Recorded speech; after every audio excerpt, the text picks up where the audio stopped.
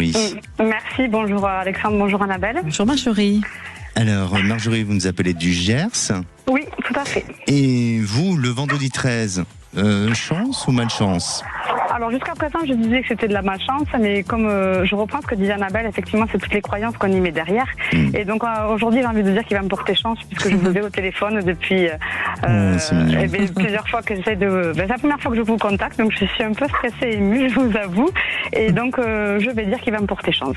Allez, on va y croire. Ça va vous porter chance. Alors, qu'est-ce qui vous amène, ma chère Marjorie ? Alors, je vous appelle parce que c'est par rapport à ma relation de couple. Donc, ça fait 15 ans que je suis avec mon compagnon. Nous avons 2 enfants. Et j'ai traversé pas mal de péripéties. Voilà, j'ai fait un burn-out il y a 3 ans de ça.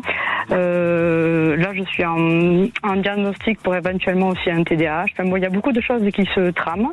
Je travaille aussi beaucoup sur moi, sur mon chemin d'âme, etc. Donc, je vais beaucoup là-dedans et ça me rassure et ça m'apaise. Mais je vois qu'avec mon compagnon, on est en train de prendre des chemins différents. Et donc, ma question est savoir aujourd'hui quel avenir s'offre à nous. Oui. Alors, de ce que je ressens, et bien sûr que probablement d'ici la fin de l'année, votre relation va... il y a des choses qui vont se clarifier et votre relation va évoluer, va changer. Mais on dirait qu'il y a un besoin d'exister. C'est-à-dire que... Alors, je ne sais pas dans le positionnement dans le couple, mais il y a quelque chose qui bloque dans le schéma du couple ou autre.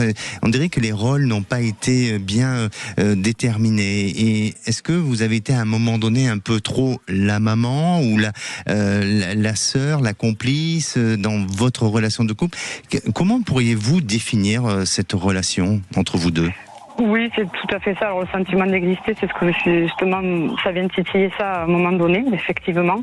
Et oui, je pense que je me suis complètement oubliée. J'ai voulu être, je pense, la sauveuse dans tout ça.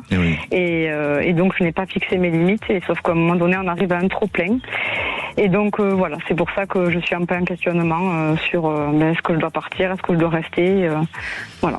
Moi, je sens du potentiel encore. Peut-être, vous, il faut choisir la voie de votre cœur, la voie de la raison aussi. Parfois, certaines séparations permettent de donner la liberté à l'autre et de sa propre liberté. À vous de prendre votre propre décision, mais je sens qu'il y a encore du potentiel et ne pas trop se laisser perturber émotionnellement, notamment par rapport à votre diagnostic pour le TDAH. Oui, c'est ça. Oui. C'est ça. Et donc, ne pas vous laisser trop perturber émotionnellement. Mais, ma chère Annabelle, que ressens-tu ? Alors moi, oui, je ressens quand même une grosse problématique de communication dans cette relation. Exactement, c'est tout à fait ça. Oui, il n'y a pas de communication et c'est ce qui me pèse au quotidien, effectivement. Quelqu'un qui est très fermé et je pense que c'est quelqu'un qui a beaucoup de choses à régler aussi, lui, de son côté, par rapport à une enfance qui a été, à mon avis, assez compliquée. Oui, dans ce que je suis ressens. d'accord avec ça. Oui, non, mais j'entends. Alors après, moi, je sens qu'il y a quand même eu beaucoup d'amour dans votre histoire. Et quand il y a de l'amour, c'est vrai qu'il y a toujours des possibilités. Mais en même temps, moi, je sens que vous êtes sur un chemin qui vous amène en effet vers une dimension d'intériorisation, de responsabilité, de faire en fait ce travail avec vous-même sur le plan spirituel. Tout à fait. Et moi, j'ai envie de vous dire que en fait, la relation, elle peut exister si les deux personnes aussi font ce chemin. Exactement. Et que si lui, il est hermétique, vous voyez, à cette voie, ça va être compliqué. Oui.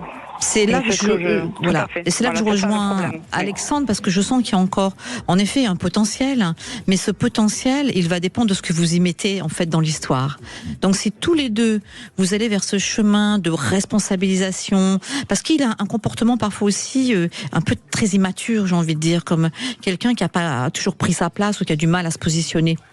Tout à fait.